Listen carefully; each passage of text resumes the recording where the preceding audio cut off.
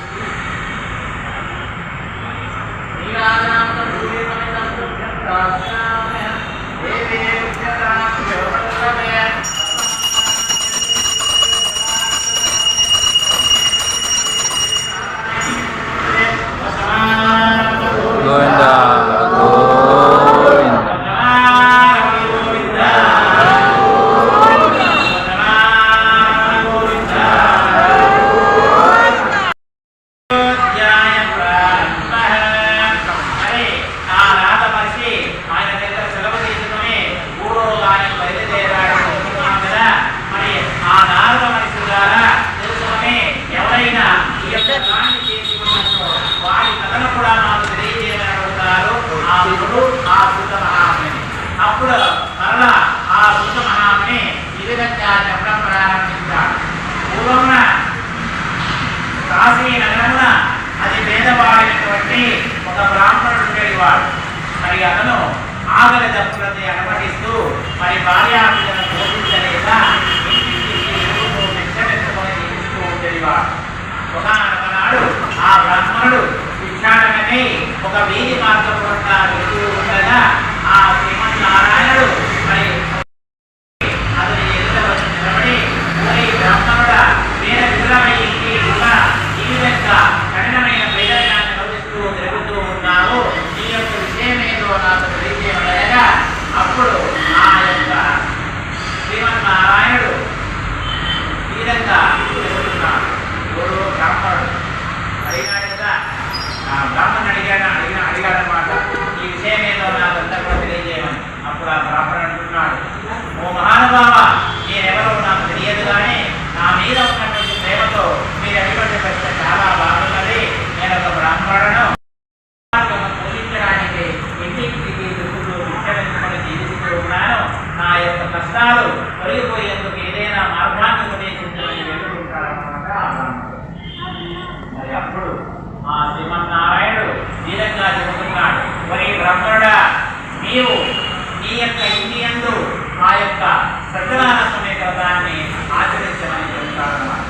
అప్పుడు ఆ యొక్క బ్రాహ్మణుడు అది తెలుసుకొని ఆ సత్యాన్ని కూడా తెలుసుకొని తన ఇంటి యందు ఆ యొక్క వ్రతాన్ని చేయాలని చెప్పి సంకల్పం తెలుసుకుంటాడన్నమాట. అయితే ఎంత ప్రయత్నం చేసినా కూడా పాపం ఆ యొక్క బ్రాహ్మణునికి ఆ యొక్క వ్రతాన్ని చేసేటువంటి సమయం కలిసి రాలేదు. ఎన్నో సంవత్సరాలు గడిచాయి, ఎంతో ప్రయత్నాలు చేశాడు. రామ ప్రయత్నం చేయగా చేయగా ఒకనాడు ఆ సమయం రానే వచ్చింది. మరి ఆ సమయమున ఆ యొక్క రథాన్ని ఆ యొక్క బ్రాహ్మణుడు తన భక్తు విగ్రహాలతో కలిసి తన యొక్క శక్త్యానుసారంగా ఆ రథాన్ని నిర్వహించాడు. దాని ఫలితంగా మరికొన్ని సంవత్సరాలు జరిగిన తర్వాత ఆ బ్రాహ్మణుడి యొక్క కుమారుడికి మరి ఆనాడు ఆ రాజ్యాన్ని పరిపాలన చేస్తున్న రాజు యొక్క కొడుకులో గురువు ఏర్పడడం జరిగింది. మరి దాని ఫలితంగా ఆ బ్రాహ్మణుడి యొక్క కష్టాలు కాలక్రమేణా తీరి మరి చివరి వరకు ఎటువంటి కష్టాలు అనిపించకుండా చివరికి సాహిత్యాన్ని కూడా పొందడం జరిగిందని చెప్పేసి సూదమనాన్ని తెలియజేస్తాడు. అది విన్నటువంటి ఆ మొదలు అయ్యా మరలా ఆ యొక్క ఏమైనా ఉన్నట్లయితే వారి కథను కూడా మాకు తెలియజేయబడేదిగా మరలా ఆ సూదమనాన్ని ఈ విధంగా చెప్పడం ప్రారంభించాడు.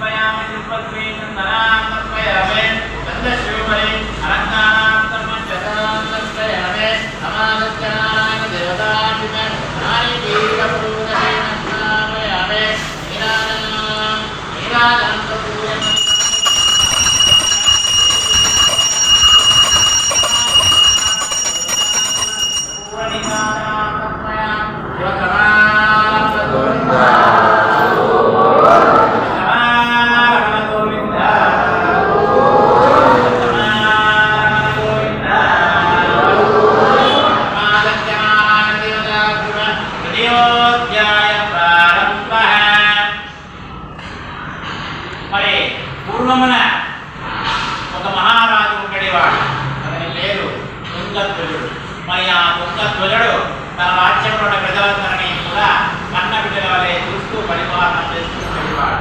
దాని ఫలితంగా ఆ మహారాజు మంచి పేరు ప్రఖ్యాతులు లభించాయన్నమాట. ఎంత పేరు ప్రఖ్యాతులు లభించినప్పటికీ కూడా ఆ యొక్క మహారాజుకు వారి సంతోషం అనేటువంటిదే లేదు. కారణం ఏమి అంటే ఆయన సంతానం లేకపోవడం వలన. ఆ సంతానం లేకపోవడం వలన ఆ మహారాజు ఎన్నో యజ్ఞాలు యాగాలు హోమాలు నిర్మించాడు. మరి ఏమాత్రం కూడా ఆయనకు ఫలితం రాలేదు. ఒకనాడు ఒక యోగి ద్వారా అసలు విషయాన్ని తెలుసుకున్నాడన్నమాట ఆ మహారాజు. మరి ఆ యొక్క రథాన్ని చేయాలని చెప్పి సంకల్పం చేసుకున్నాడు మహారాజు.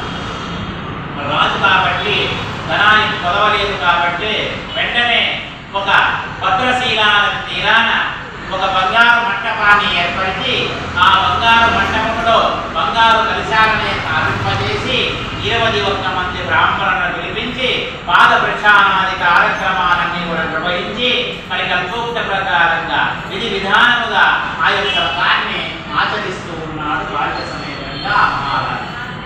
మరి ఆ సమయమున ఒక వైశ్యుడు అపారమైన ధనధాన్యాలన్నీ కూడా పడవలో నింపుకొని ఆ నదీ మార్గం గుండా ప్రయాణిస్తూ ఉన్నాడు వ్యాపార నిమిత్తమై.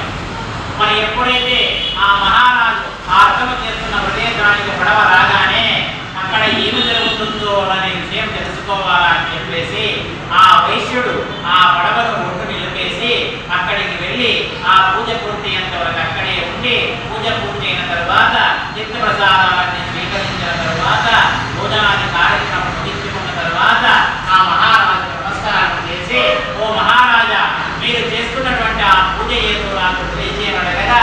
అయ్యా, ఇది సత్యనారాయణ స్వామి వ్రతము. ఈ యొక్క వ్రతాన్ని నేను సంతాన యోగాన్ని పొందడానికి ఆచరిస్తూ ఉన్నాను అని చెప్పగా ఆ పరిస్థితికి చాలా సంతోషమైంది.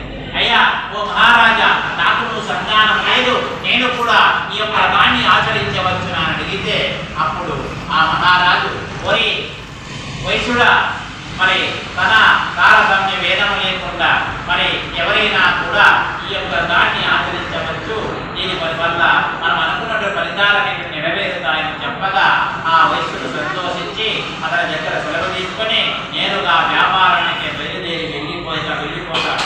తిరిగి మరి ఇంటికి తిరిగి వస్తాడు. ఇంటిలో అతని భార్య ఉన్నది, ఆ వైశ్యుని భార్య. ఆమె పేరు లీలావతి. ఆమె అంటున్నాడు, ఓ లీలావతి, నేను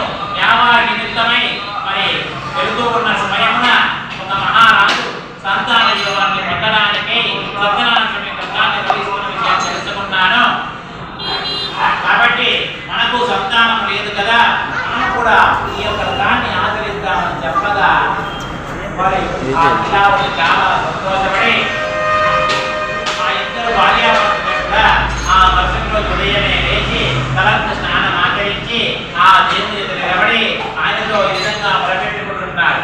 ఓ మహానుభావుడు, మాకు సంతాన యోగము కలగగానే మేము ఆ ఇంటి యందు సత్యనారాయణ స్వామి యొక్క వ్రతాన్ని ఆచరిస్తామని చెప్పి వాళ్ళు చాలా దీనంగా ఏడుతున్నారన్నమాట. ఆ సత్యనారాయణ మరి పాపం ఆ సత్యనారాయణుడు వారి యొక్క కోరికను మన్నించాడు. దాని ఫలితంగా ఆ లీలావతికి సంవత్సరం తిరిగేసరికి ఆమె కడుపు పండి ఒక బండంటి బిడ్డకు జన్మనిస్తుంది. మరి ఆ బిడ్డకు వాళ్ళు కళావతి నామకరణం కూడా చేస్తారు. మరి ఆ సమయమున ఆమె భర్తతో అంటుంది, అయ్యా మనకు సంతానం కలగగానే సత్యనారాయణ స్వామి వ్రతాన్ని ఆచరిస్తామని చెప్పి మొక్కుకున్నాము కదా, సంతాన యోగం కలిగింది, ఆ రథాన్ని మనం ఆచరిస్తామని చెప్తే ఆ వైశ్యుడు సరేనని మరి కూర్చుని మరి ఏవో నాలుగు మాయమాటలన్నీ చెప్పివేసి వ్యాపార నిమిత్తమై వెళ్ళిపోతాడు. వ్యాపారం అంతా ముగించుకొని మరలా వచ్చాడు. మరలా కూడా భార్య అంది, మరలా కూడా నాకు మాయమాటలు చెప్పాడు. మరలా వ్యాపారం వెళ్ళిపోయాడు. మరలా వస్తున్నాడు, మరలా పోతున్నాడు, మరలా వస్తున్నాడు, మరలా పోతున్నాడు. ఈ విధంగా సంవత్సరాలు గడిచిపోతూనే ఉన్నాయి. కానీ ఆ వైశ్యునికి ఆమె అతని భార్య చెబుతున్న విషయాన్ని ఏమాత్రం కూడా తలకు ఎక్కలేదు, ఆ రథాన్ని ఆచరించలేదు. ఈ విధంగా ఎన్నో సంవత్సరాలు గడిచిపోయి ఒకనాడు ఆ భార్య లీలావతి అతని యొక్క భర్త నిలదీసి, అయ్యా ఇప్పటికైనా నీవు గుర్తు తెచ్చుకొని ఆ యొక్క రథాన్ని ఆచరించడం మనకు శ్రేయోదాయకము, లేకపోతే మనం చాలా ఇబ్బందులు ఎదుర్కోవడం తప్పదు అని చెప్పగా ఆ వైశ్యుడు సరేనే, ఎట్లా నీవు ఇంతగా చెబుతున్నావు కాబట్టి మన కూతురు కూడా వివాహ వయస్సు రానే వచ్చింది కదా, అమ్మాయి వివాహ కాలంలో తప్పకుండా ఆ రథాన్ని చేద్దామని చెప్పేసి మరలా అక్కడ మాటను దాటివేసి వ్యాపారం వెళ్ళిపోతాడు. వ్యాపారం మరలా వచ్చాడు. ఒక కూతురు ఆ కూతురికి పెళ్లి చూపులకి మంచి సంబంధాలు చూడడానికి కూతురు కూడా పంపడం జరుగుతుంది. ఆ కూత అక్కడ ఇక్కడ అంతా కూడా తిరిగి మంచి యోగ్యులైనటువంటి ఒక వయసు బాలకుని పెళ్లి చూపులకి తీసుకురావడం జరుగుతుంది. మరి ఆ పెళ్లి చూపుల్లో వారి ఒకరికొకరు నచ్చడం వలన వారిద్దరికీ కూడా ఆ వయసుడు చాలా వైభవంగా వివాహం కూడా జరిపిస్తాడు. మరి ఆ సమయంలో కూడా ఆ వైశ్యునికి తన ఇంటి యందు సత్యనారాయణ స్వామి వ్రతాన్ని చేస్తామని ఆలోచనే రాదు. అప్పుడు కూడా కాలం నడిచింది. మరికొంత కాలం గడిచిపోయింది. ఆ వైశ్యునికి వ్యాపారం మాత్రం చాలా జోరుగా సాగుతూ ఉంది. ఏదైనా అభివృద్ధి చెందుతూ ఉంది. డబ్బు పైన వ్యాపారం పెరిగిపోయింది. వ్యాపారాన్ని ఇంకా అభివృద్ధి చేయాలనుకున్నాడు. అల్లుడిని కూడా వ్యాపారంలో కలుపుకున్నాడు. మరొక రాజ్యం ఇక్కడ కాదు అక్కడ అన్నట్టు కూడా మరో రాజ్యానికి వెళ్ళారు. అక్కడ కూడా వ్యాపార సంస్థను ఏర్పాటు చేశారు. అక్కడ కూడా వ్యాపారం నాడు ఆ పొరుగు రాజ్యములో ఆ పొరుగు రాజ్యాన్ని పరిపాలనంటే ఆ రాజ్యం ఏది అంటే చంద్రకేతు మహారాజు నగరం. ఆ చంద్రకేతు మహారాజు నగరంలో దొంగలు పడతారు. ఆ దొంగలు పడి ఆ రాజు యొక్క ధనాగారంలో ఉండేటువంటి ధనవంతా కూడా దోచుకుని సంతోషంగా నింపుకుని ఆ ఇద్దరు దొంగలు కూడా మారిపోతూ ఉంటారు. మరి అప్పుడు ఆ రాజుడు అది చూసి ఆ దొంగలను వెంబడిస్తారు. ఆ వెంబడిస్తున్నటువంటి ఆ యొక్క రాజులను చూసినటువంటి ఆ దొంగలు ఇక మనం దొరికిపోతాము, వాడిని ఎక్కువ దూరం పరిగెత్తలేము, మనం దొరికిపోయినట్లయితే ఈ మహారాజు మహా దుర్మార్గుడు మనకు గుర్తించే తప్ప వేరొకటి గుర్తించాడని చెప్పగా అని ఒకరికొకరు అనుకొని వెంటనే ఆ ధనమంతా కూడా ఎక్కడైతే ఆ మామాలు ఇద్దరు వ్యాపారం చేస్తున్నారో అక్కడ వదిలివేసి పారిపోతారన్నమాట. మరి రాజభటులు వెంబడిస్తున్న రాజభటులు వెతుక్కుంటూ వచ్చేసరికి ఆ ధనము ధాన్యం సంచలన్నీ కూడా ఆ మామాలు దగ్గర ఉండడం చూసి వారిని నొంతరగా భావించి వారిద్దరిని పట్టుకుని పోయి రాజు వద్దకు తీసుకుని పోయి నిలబెడతారు. ఆ రాజు కూడా ఆ భగవంతుని మాయ కారణంగా ఏమాత్రం కూడా విచారణ చేయకుండా వీరిని వెంటనే కారాగారమునందు బంధించేయండి అర్థాన్ని చేస్తారు. మరి వెంటనే ఆ భటుడు వారిని తీసుకుని వెళ్ళి కారాగారంలో బంధిస్తారు. వారు ఎంత మొరపెట్టుకున్నా కూడా ఎంత వేడుకున్నా కూడా వారు ఓడి వినేవారు లేరు. వారిని వినిపించే నాకునే లేడు, వారిని మాట్లాడించే నాకునే లేడు. మరి ఈ విధంగా మరి సంవత్సరాలు గడిచాయి.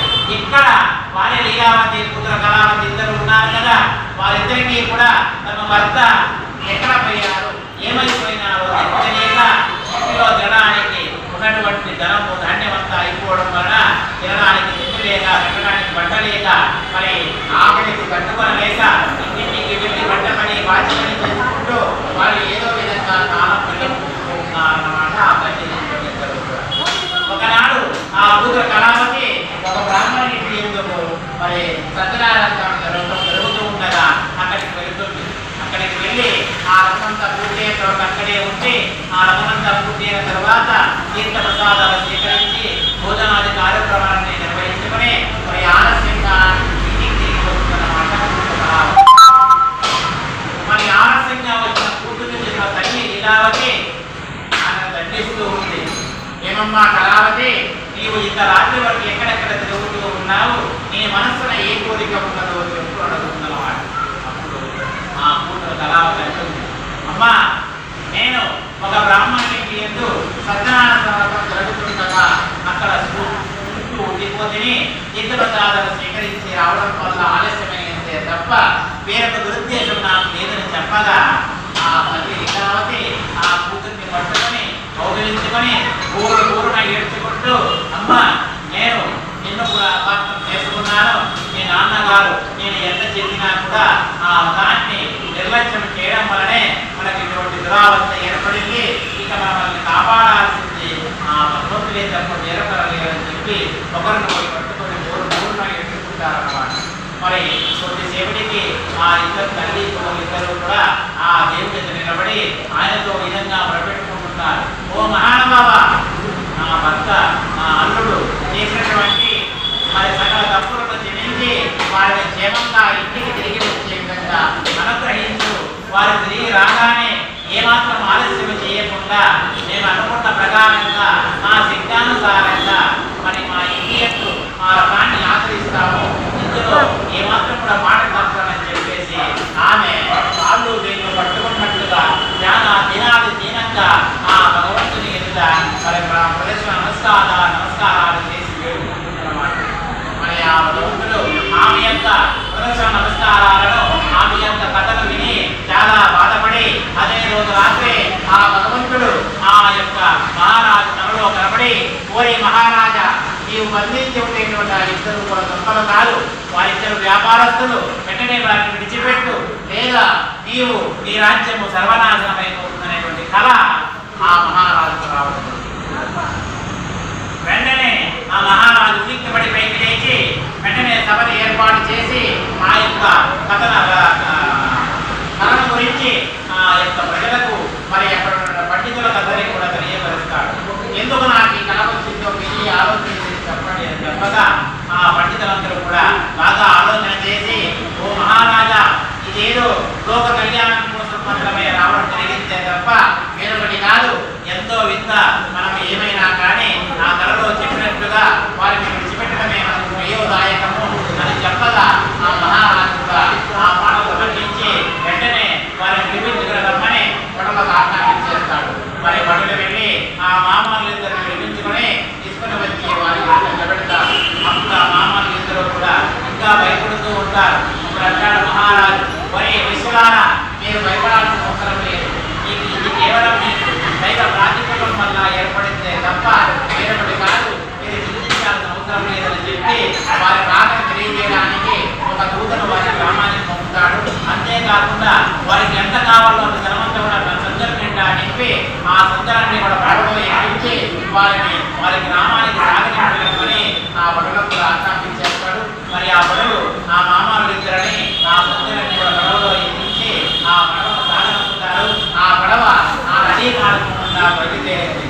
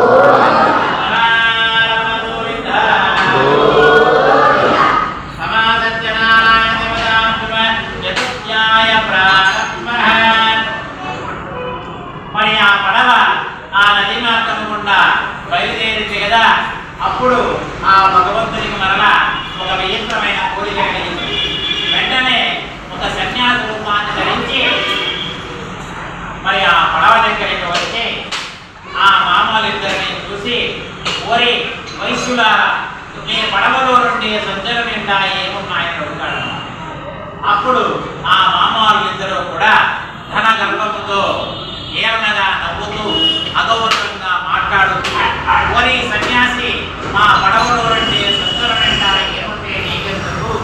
ఏమైనా దొంగలించుకుని వెళ్ళడానికి ఆలోచన చేస్తున్నావా? మా పడవలో నుండి సంతుల నిండా కేవలం ఆకులు వరకు తప్ప ఇంకేమీ చేయబట్టారన్నమాట. అప్పుడు అది విన్నటువంటి ఆ మహానుభావుడు వెంటనే అట్టేలుగాగా పదాస్తులు పడికి అక్కడ నుంచి పోయి ఒక మారేడు చెట్టు కింద కూర్చొని సేద తీరుతూ ఉంటాడన్నమాట. కొద్దిసేపటికి ఆ పడవ పైకి తేలడం మొదలు పెడుతుంది. ఎందుకు పడవ పైకి తేలుతుందో ఆ మామూలుకి అర్థం కాక వెంటనే ఆ సంచులన్నీ ఇప్పి చూస్తారు. ఆ సంచుల నింద ధనము ధాన్యానికి బదులుగా ఆకులు అలములు ఉండడం చూసి ఆశ్చర్యపోయి ఒకరినొకరు పట్టుకొని ఊరున ఏడ్చుకుంటారు. అయ్యో, ఎంత పని జరిగిపోయింది, ఆయన ఎవరు అడిగినప్పుడు మనం ఆయన పట్ల అగౌరవంగా మాట్లాడినాము, మరి ఆయన చాలా అవమానపరిచినాము. వెంటనే మనము ఆయన దగ్గరికి వెళ్ళినట్లయితే మనము మన యొక్క అడదాన్యాలన్నీ కూడా మనం తిరిగి వస్తాయని చెప్పి అనుకొని ఆ మామూలు కూడా పడవ తీసేసి అతని పెట్టుకుంటూ వెళ్ళి ఆ చెట్టు కింద కూర్చున్నటువంటి అతని కాళ్ళపై పడి నమస్కారం చేసి, ఓ మహానుభావ, మీరెవరో మాకు తెలియదు కానీ ఈ యొక్క మహత్యాన్ని మేము తెలుసుకోలేక మేము పొరపాటు పట్టాము, అవమానపరిచినాం, అగౌరవంగా మాట్లాడినాం, మమ్మల్ని క్షమించు, మమ్మల్ని కాపాడు, మమ్మల్ని మన్నించు, మా యొక్క ధనాన్ని మాకు వచ్చే విధంగా అనుగ్రహించమని మరి యొక్క స్వామి పట్టుకుని వేడుకున్నారన్నమాట. పాపం ఆ యొక్క భగవంతుడు కరుణామయుడు కాబట్టి వెంటనే వారిని కరుణించి, మరి ఈశ్వరాల అట్లేకుగాక పదాస్తులు పలికి అక్కడ నుంచి అదృశ్యమవుతాడు. మరి ఉన్నట్టుండి ఆ మహానుభావుడు అదృశ్యమయ్యేసరికి వారిద్దరూ కూడా భయపడిపోయి అక్కడి నుంచి వేగిరమున తిరిగి పడవ దగ్గరికి వచ్చి పడవ ఎక్కి ఆ సొత్తులన్నీ ఎత్తి చూడగా మన ఆకులు బదులుగా మళ్ళా ధనము దాన్ని ఉండడం చూసి చాలా సంతోషించి మరి వారి గ్రామానికి బయలుదేరుతారన్నమాట. ఇక్కడ ఆ మామూలు ఇద్దరు రాకను తెలియజేయడానికి ముందుగా ఒక దూతను కొట్టినారని చెప్పినాం కదా వారి గ్రామానికి. మరి అక్కడికి ఆ దూత వారి గ్రామానికి వెళ్ళేసరికి ఆ ఇంటికి ఆ వైశ్యుని యొక్క ఇల్లు త్యాగం చేసుకుంటుంది. ఆ పొరిగింటి వారిని అడిగితే పక్కనే సత్యనారాయణ వ్రతం జరుగుతూ ఉండగా అక్కడికి వెళ్ళారని చెప్పగా మరి ఆ దూత నేరుగా అక్కడికి వెళ్ళి అక్కడ ఎవరో కళావతి ఎవరో లీలావతి అడిగి తెలుసుకుని మరి ఆ లీలావతి చెవియందు, అమ్మ మన సాగుకారు గారు మరి కొట్టుకు చేరుతున్నారని చెప్పగా ఆ లీలావతికి అంతవరకు తన భర్త ఉన్నాడా లేడా అనేటువంటి నియమాంకంలో బతుకుతూ ఉంది కాబట్టి ఒక్కసారిగా నీ భర్త వెళ్ళిపోతున్నాడని చెప్పగానే ఆమె విపరీతమైన సంతోషంతో తాను ఎక్కడున్నా అనేటువంటి విషయాన్ని మర్చిపోయి ఆ సత్యనారాయణ స్వామి వ్రతాన్ని మధ్యలో నిలివేసి మన భర్తను చూడడానికి నదీ తీర ప్రాంతానికి వెళ్ళిపోవడం. మన కూతురు కూడా విషయం తెలుస్తుంది. ఆ కూతురు కూడా పాపం వ్రతమంతా పూర్తి అంతవరకు ఉంటుంది కానీ తీర్థప్రసాదాలు స్వీకరించకుండా ఆమె కూడా భర్తను చూడడానికి నదీ తీర ప్రాంతానికి వెళ్ళిపోతుంది. దీని ఫలితంగా ఆ యొక్క పడవ ఒడ్డుకు చేరగానే అందరూ దిగిన తర్వాత చివరిగా అతని అల్లుడు దిగుతున్న సమయమున ఆ పడవ ఉన్నట్టుండి నీటిలో మునిగిపోతుంది అల్లుడితో పాటు. మరి ఆ అల్లుడు ఉన్నట్టుండి నీటిలో మునిగిపోయేసరికి మరి ఆమె అతని యొక్క భార్య, మామ, అత్త, అక్కడ ఉన్న ప్రజలందరూ కూడా ఆశ్చర్యపోతారు. ఎందుకు ఇది విధంగా జరిగిందో వారికి అర్థం కాలేదు. పూర్ణ ఏడ్చారు. ఎంత ఏడ్చినా కూడా పోయినటువంటి మనసు తిరిగి రావడనే ఉద్దేశంతో ఆ వైశ్యుడు ఇక చేసేది లేక మరి ఆ భగవంతుని వేడుకుంటాడు. అయ్యా, ఇప్పటికైనా నన్ను క్షమించి నా యొక్క సర్వ పాపాలన్నీ కూడా తొలగించి నన్ను మన్నించి నా యొక్క అల్లుడిని నాకు తిరిగి వచ్చే విధంగా అనుగ్రహించడం వేడుకుంటాడన్నమాట. అప్పుడు ఆకాశం నుంచి కొన్ని మాటలు నిలబడతాయి. ఓయ్ వైశ్యుడా, నీవు సత్యనారాయణ స్వామి వ్రతాన్ని ఆచరిస్తానని చెప్పి ఆచరించకపోవడం మొదటి తప్పు. నీ భార్య లీలావతి సత్యనారాయణ స్వామి వ్రతాన్ని మధ్యలోనే ఆపివేసి రావడం రెండవ తప్పు. నీ కూతురు కళావతి తీర్థప్రసాదాలు స్వీకరించకుండా రావడం మూడవ తప్పు. ఈ తప్పిదాల కారణంగా నీ అల్లుడికి మాటలు ఆకాశం నుంచి వినపడేసరికి అతనికి ఎక్కడ నేను దుఃఖం పొంగుకొని వచ్చి ఇక చేసేది లేక నేరుగా ఇంటికి వెళ్ళి మరి ఆ యొక్క వ్రతానికి చేయడానికి సంకల్పాలు చేయడం మొదలుపెట్టాడన్నమాట. ఎప్పుడైతే ఆ యొక్క వ్రతాన్ని చేయాలని చెప్పేసి ఈ యొక్క వైశ్యుడు ప్రయత్నం చేసి మొదలుపెట్టాడో ఆ యొక్క భగవంతుడు కరుణించి వెంటనే ఆ అల్లుడిని ఆశీర్వదిస్తాడు. ఆ అల్లుడు తిరిగి ఇంటికి రావాలని చెప్తుంది.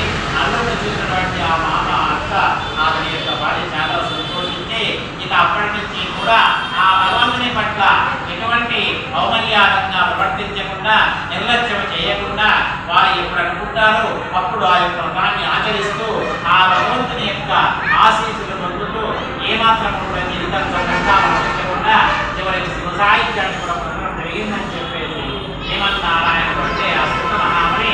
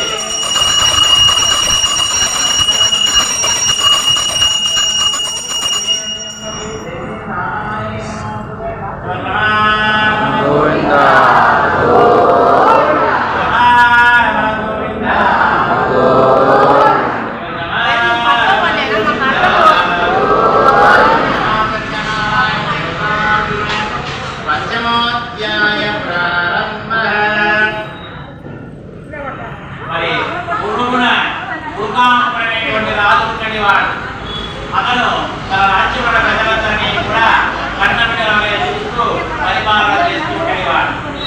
ఒకనాడు ఆ మహారాజు వేటకు వెళ్తాడు. వేటకు వెళ్ళి అనేకమైన పశుపత్యాదుల మృగాలను చంపి అలసిపోయి ఒక మారేడు చెట్టు కింద కూర్చొని సేద తీరుతూ ఉంటాడు. మరి ప్రక్కనే మరొక మారేడు చెట్టు కింద కొంతమంది గొల్లవారు మరి బ్రాహ్మణుల సమక్షమున సత్యనారాయణ సమయ వ్రతాన్ని ఆచరిస్తూ ఉంటారు. ప్రక్కనే సత్యనారాయణ సమయ వ్రతం జరుగుతున్న విషయం తెలుసుకున్నటువంటి మహారాజు అక్కడికి వెళ్ళకుండా చూడకుండా కనీసం నమస్కారం కూడా చేయకుండా చివరకు వారు తెచ్చిన ప్రసాదం కూడా స్వీకరించకుండా తాను రాజునే గర్వంతో మరి తిరిగి రాజ్య పరిపాలన రాజ్యాన్ని మరి ఆనాడు ఆ మహారాజు చేసిన లభ్యతమ కారణంగా రాజ్యంలో కరువు కాటకాల కారణం ఎంతో అద్భుతమైనటువంటి రాజ్యం ప్రజలందరూ కూడా కష్ట కష్టాల పాలవుతూ ఉన్నారు. ఎందుకు ఈ విధంగా జరుగుతుందా మహారాజు అర్థం కాలేదు. మరి ఎన్నో యజ్ఞాలు యాగాలు హోమాలు జరిపించారు. ఒక దివ్య పురుషుడి ద్వారా తాను చేసిన తప్పును తెలుసుకున్నాడు. ఎక్కడ తప్పు చేశానో తెలుసుకొని అక్కడికి వెళ్ళి అదే గొల్లవారి సమక్షమున అదే బ్రాహ్మణులు పిలిపించి వారికి ఎదురకుండా ఉత్తరాణ సమీకరణాన్ని ఆచరింపజేసి వారికి ఎదురకుండా తీర్థ ప్రసాదాలన్నీ స్వీకరించి తిరిగి ఆ భగవంతుని క్షమాపణ కోరి ఆ రాజ్య పరిపాలనకి రాగా తిరిగి మన ఆ రాజ్యం సుభిక్షంగా ఏర్పడడం జరుగుతుంది. ప్రజలందరూ సంతోషంగా కాబట్టి ఈ కథలన్నీ ద్వారా మనకు తెలియవలసింది ఏమి అంటే ఎవరైనా కానీ ఈ యొక్క వ్రతాన్ని చేస్తామని చెప్పి చేయకపోవడం చాలా తప్పు. ఎవరైనా ఈ యొక్క వ్రతాన్ని ఆచరిస్తూ ఉన్నప్పుడు మనం అక్కడికి వెళ్ళి ఆ వ్రతాన్ని మధ్యలో వదిలి రావడం తప్పు. అంతేకాకుండా ఎవరైనా కూడా ఆ యొక్క వ్రతాన్ని ఆహ్వానపరిచినప్పుడు మనకి ఎంత పనులు ఒత్తిడులు ఉన్నప్పటికీ కూడా ఆ వ్రతానికి హాజరు కావాలని చెప్పడం. కాబట్టి ఇటువంటి పవిత్రమైన వ్రతము కాబట్టి విశిష్టమైన వ్రతము కాబట్టి ఆ వ్రతాన్ని మనం ఏ విధంగా చేసినట్లయితే ఏ తప్పులు చేయకుండా మనం చేసినట్లయితే ఆ వ్రతములతో మనకు వస్తుంది. మనం ఏ తప్పులు చేయకూడదు విషయాన్ని తెలియజేయడానికి మనకి కథలు ఇవ్వడం జరిగింది. కాబట్టి ఈ కథల ద్వారా మనము కూడా వాటిని తెలుసుకొని 10 మందికి తెలియజేసి ఆ సత్యనారాయణ సమీకరణ విశిష్టత 10 మందికి తెలియజేసి ఆ భగవంతుని కృపాకరాశి కూడా పొందాలని చెప్పేసి మనస్ఫూర్తిగా ఆశిస్తూ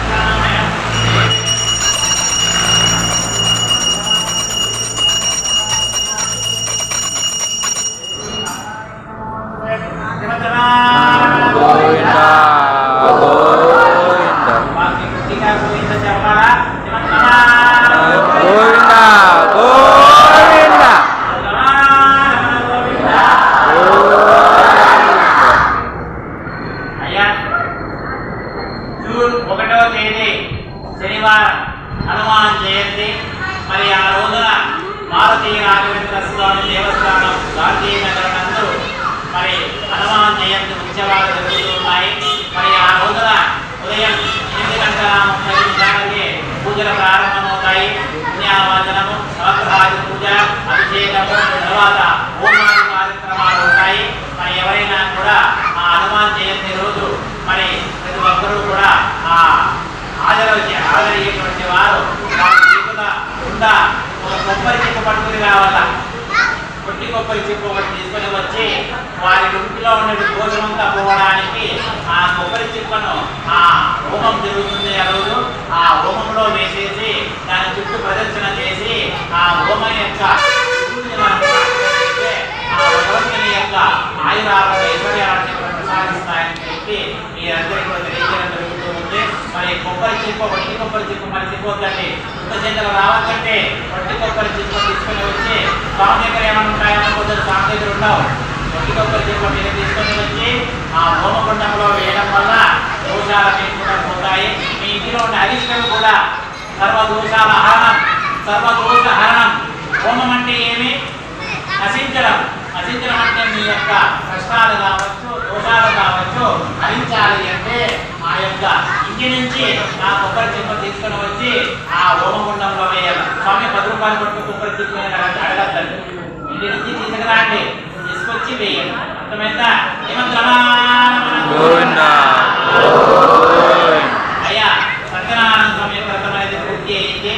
మరి అందరూ కూడా ఎవరెవరి స్థానంలో వాళ్ళే లేచి నిలబడి ఎవరు కూడా ముందరికి రాకోకుండా పూజకిచ్చినటువంటి వాళ్ళందరూ కూడా ఆ యొక్క విగ్రహాలు ఇచ్చిన తర్వాత మీరందరూ కూడా దర్శనం చేసుకొని మరి ఆ యొక్క తీర్థ ప్రసాదాలన్నీ కూడా పక్కనే ఇవ్వబడతాయి. అక్కడే భోజనాది కార్యక్రమాలు కూడా ఉంటాయి. అవన్నీ ముగించుకొని మరి ప్రసాదం తీసుకొని మరి ఏమాత్రం కూడా ఇలాంటి ఇబ్బందులు ఎదుర్కొనకుండా క్షేమంగా ఇంటికి వెళ్ళాలని చెప్పి కోరుకుంటున్నాను. మరొకసారి విన్నవిస్తున్నా. జూన్ 1వ తేదీ శనివారం హనుమాన్ జయంతి కార్యక్రమం జరుగుతూ ఉంది. ఆ రోజున ఉదయం 7:30 నుంచి పూజాది కార్యక్రమాలు ప్రారంభమవుతాయి. మరి ఆ రోజున మరి సత్య పుణ్య ఆరాధనలు, మరి వినాయక పూజ, తరువాత పరిసంస్థాపన, మరి నవగ్రహాది పూజ, తరువాత మరి పంచామృతాభిషేకాలు, ఆ తదుపరి హోమాది కార్యక్రమాలు, మన్యసూక్త హోమము, కళాకర్షణ హోమము, తరువాత మరి యొక్క ఆలయ అభివృద్ధికి సంబంధించినటువంటి హోమాది కార్యక్రమాలన్నీ కూడా మన యొక్క ఆయురారోగ్య ఐశ్వర్యాలకు సంబంధించిన హోమం కూడా జరుగుతుంది. కాబట్టి ప్రతి ఒక్కరూ కూడా మీ ఇంటి నుంచి ఒక వట్టి కొబ్బరి తీసుకొని వచ్చి ఆ యొక్క హోమంలో వేసి ఆ యొక్క భగవంతుని యొక్క ఆశీస్సులు పొందాలని చెప్పేసి మరొక మారు మారుతి రాఘవేంద్ర స్వామి ఆలయ అభివృద్ధి కమిటీ యొక్క విన్నపాన్ని మీ అందరికీ తెలియజేస్తుంది.